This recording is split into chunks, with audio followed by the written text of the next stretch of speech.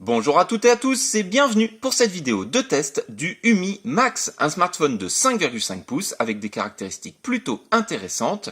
Avant toute chose, n'hésitez pas à commenter, à partager, à liker ainsi qu'à vous abonner à ma chaîne pour suivre toutes mes prochaines présentations. Alors, pour ce qui est de l'extérieur, notre Umi Max nous présente une coque arrière intégralement en métal, donc ça c'est plutôt bien. Coque arrière non amovible, donc c'est un téléphone qui est unibody avec une batterie intégrée de 4000 mAh. Voilà un point positif pour ce Umi Max. Sur la partie arrière, qu'est-ce qu'on va trouver? Eh bien, la caméra, le double LED flash, ici le lecteur d'empreintes digitales, la marque Umi, des références du modèle. Alors je ne vous ai pas parlé ici, pardon. En haut, on va trouver un microphone de réduction du bruit. Ça, c'est également un point positif pour ce téléphone. Sur le côté droit, le bouton volume plus moins, le bouton power on off. Sur le dessous, eh bien, on va avoir de l'USB type C, un autre point positif sur ce modèle. Deux grilles, une pour le haut-parleur, une pour le microphone. Sur le dessus, eh bien, la jack 3.5. Sur le côté gauche, alors c'est intéressant, on a ici donc le rack pour la carte SIM. Donc c'est un téléphone qui est soit double micro SIM, soit micro SIM plus micro SD. Ici, un petit bouton dont je vous parlerai plus tard dans cette présentation. Sur la partie avant, on va trouver une caméra frontale ici. Vous le voyez, on a une lettre de notification en bas de l'écran. Pour ce qui est des boutons, je verrai cela un peu plus tard dans ma présentation. Les dimensions de notre Umi Max, eh bien, on est sur du 75 mm de largeur, sur 160 mm de hauteur et une épaisseur de entre 8 et 9 mm, alors sur le bord le plus fin évidemment, parce que si vous le regardez bien, il est légèrement bombé, ce qui veut dire que sur la partie la plus épaisse, on sera sur un peu plus de 9 mm d'épaisseur. Le téléphone est très lourd, il fait 205 grammes, vous avez bien entendu, 205 grammes, donc c'est vraiment un poids lourd dans la catégorie des 5,5 pouces. Ça s'explique en partie par la coque métal et également par la batterie intégrée, mais c'est vrai que on a quand même un téléphone qui est assez lourd et assez imposant en main, donc c'est à prendre en compte, hein. Si vous avez une utilisation fréquente du téléphone, ça peut devenir pesant. Voilà. Allez, on va allumer notre écran et là, se rendre compte qu'on a un écran qui est assez lumineux. Alors, le lecteur d'empreintes digitales, vous voyez, fonctionne parfaitement pour le déverrouillage. C'est un écran qui est très lumineux, très belle qualité. C'est du Full HD. L'écran est en 2,5D. Vous voyez, on a des bords légèrement arrondis. Donc, c'est plutôt pas mal, il est bien fini et voyez, on a ici des boutons virtuels à l'écran, la possibilité de masquer les boutons virtuels. On va aller regarder tout de suite dans les paramètres, je ne vais pas entretenir le suspense plus longtemps puisque, alors en dehors des paramètres très classiques d'Android 6.0, eh bien, on va retrouver sur la partie ici, paramètres des touches raccourcis. Donc ça, c'est quoi? Eh bien, tout simplement, c'est la possibilité de configurer le bouton qui se trouve ici et qui vous permet d'avoir un raccourci vers n'importe quelle application qui se trouve dans le téléphone. Ça, c'est plutôt un point très positif sur ce téléphone. Vous voyez, vous pouvez choisir n'importe laquelle de vos applications. Et alors, en ce qui me concerne, moi, j'ai choisi l'appareil photo. Donc, je vais appuyer et tout simplement, eh bien, je lance l'application appareil photo. Voilà, donc c'est plutôt bien vu. C'est un très très bon point sur ce Umi Max. Autre point intéressant, on va revenir ici, donc toujours dans l'assistant intelligent, on a la fonctionnalité Buttons. Qu'est-ce que c'est? Eh bien tout simplement, vous avez la possibilité de paramétrer les boutons virtuels. Donc vous voyez, vous pouvez avoir votre touche retour à droite ou à gauche. Vous pouvez activer ou désactiver ici la petite flèche qui vous permet de faire descendre. Hop là. Alors c'est pas évident, hein, parce que quand je regarde évidemment sur l'écran à la vidéo, j'appuie pas au bon endroit sur l'écran. C'est pas l'écran qui fonctionne pas, hein, vous inquiétez pas, il fonctionne très très bien. Et vous voyez, on va pouvoir faire réapparaître nos boutons. Donc on peut les masquer, ça c'est très bien, mais c'est pas tout, parce que vous avez la possibilité de basculer, voyez, vers les boutons physiques. Donc bouton physique, ça veut dire quoi? Ça veut dire que on va avoir tout simplement les boutons ici, au bas de l'écran.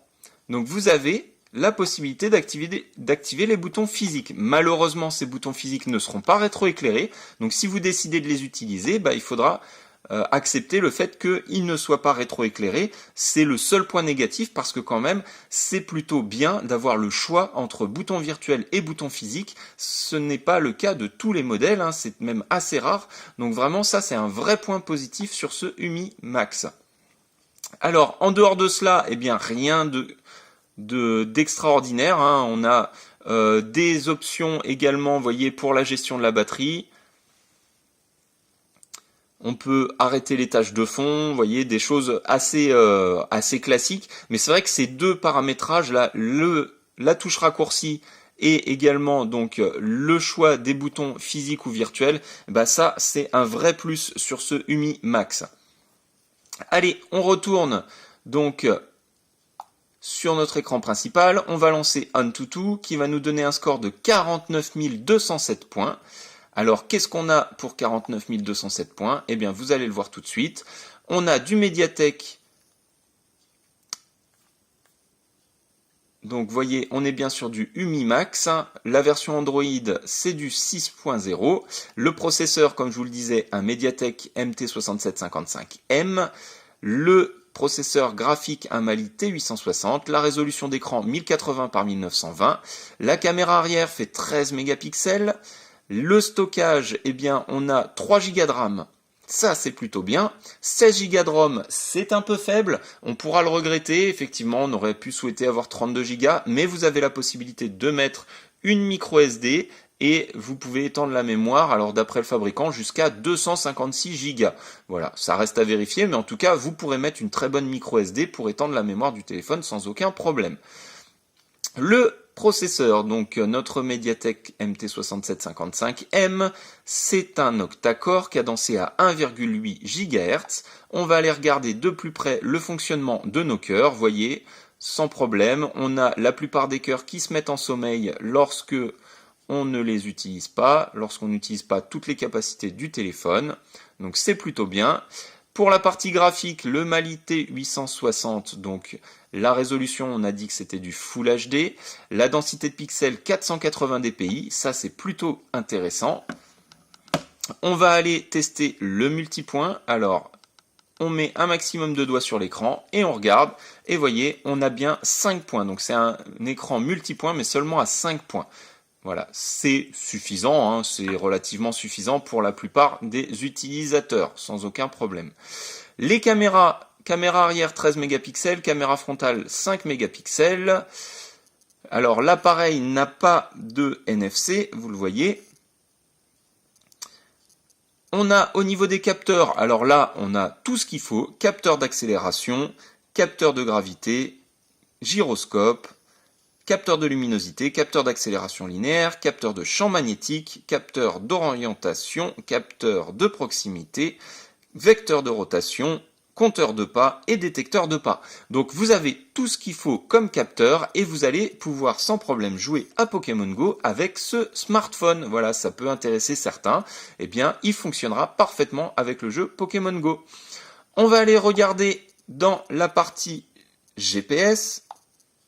Donc le GPS, on va le poser tranquillement. Vous voyez, on a une bonne détection, on a 7, 8 satellites. Alors là, on n'en a plus que 4. Peut-être que le fait qu'il soit en contact avec la table cache un peu le signal. Vous voyez, si je le relève, on devrait en détecter davantage. Alors, on lui laisse un peu de temps. Vous voyez, on est repassé à 6, 7 satellites, 8 satellites. Vous voyez, donc... Alors, on a une bonne détection, vous voyez, 12 satellites maintenant, 11. Donc, pas de problème au niveau de la détection satellite. Attention par contre, parce que vous voyez, on est quand même sur des niveaux assez faibles de détection. Il perd assez facilement les satellites. Là, si je mets la main derrière, vous voyez, on va tomber assez rapidement au niveau des satellites, vous voyez, c'est assez flagrant, hein. Donc attention à ça. On a un appareil qui est capable de détecter les satellites et d'avoir un positionnement GPS très bon en extérieur.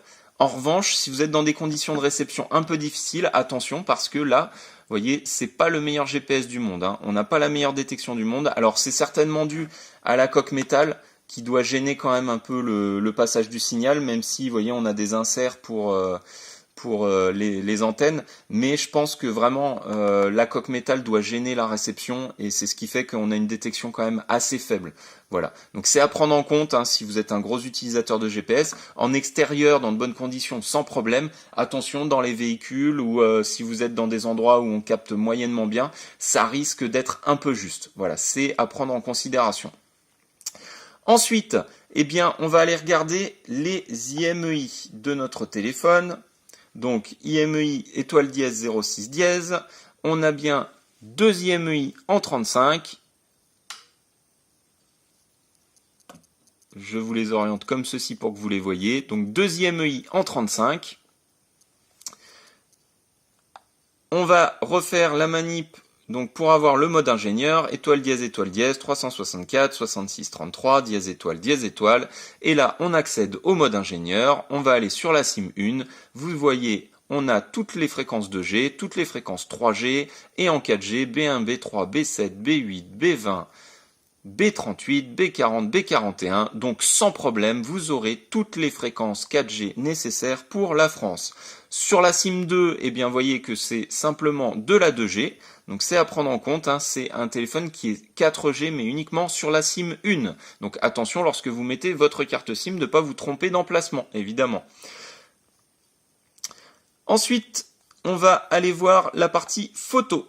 Alors, pour la partie photo, eh bien, on va prendre un cliché donc, de notre petit personnage. On fait la mise au point. Donc là, moi, à l'écran, j'ai une image parfaite, hein. Vous ne l'avez peut-être pas parce que la mise au point n'est pas faite. Mais, alors, notre image, eh bien, on va grossir. Vous voyez, on a une image qui est correcte, mais sans plus, vraiment sans plus. Ça granule pas mal. Il y a beaucoup de bruit sur l'image. Donc, voilà, c'est pas une image extraordinaire, hein. Le capteur photo n'est vraiment pas le point fort de ce Umimax. Là, c'est assez flagrant.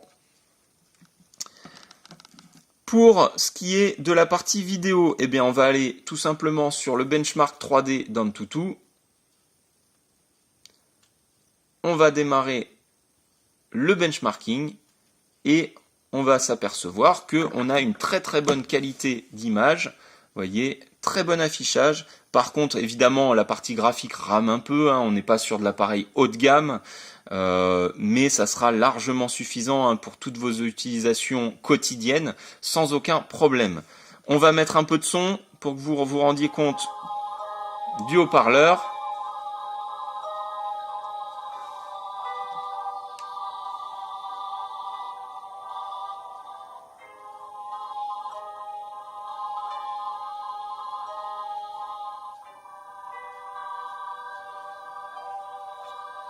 Voilà, donc, alors vous l'avez vu, une seule grille de haut-parleurs qui fonctionne, hein. Le deuxième c'est uniquement pour le microphone, ou pour faire joli si vous préférez.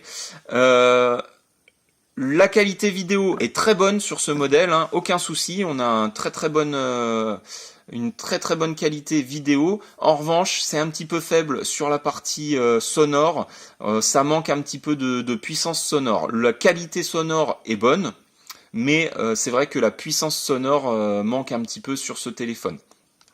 Voilà ce qu'on peut en dire. Moi, je retiendrai de ce Umimax, eh bien, déjà, le fait qu'on a au niveau matériel tout ce qu'il faut. La caméra, on a un second microphone pour la réduction du bruit, ça c'est bien. On a le lecteur d'empreintes digitales, ça c'est un bon point. On a de l'USB type C, c'est très bien.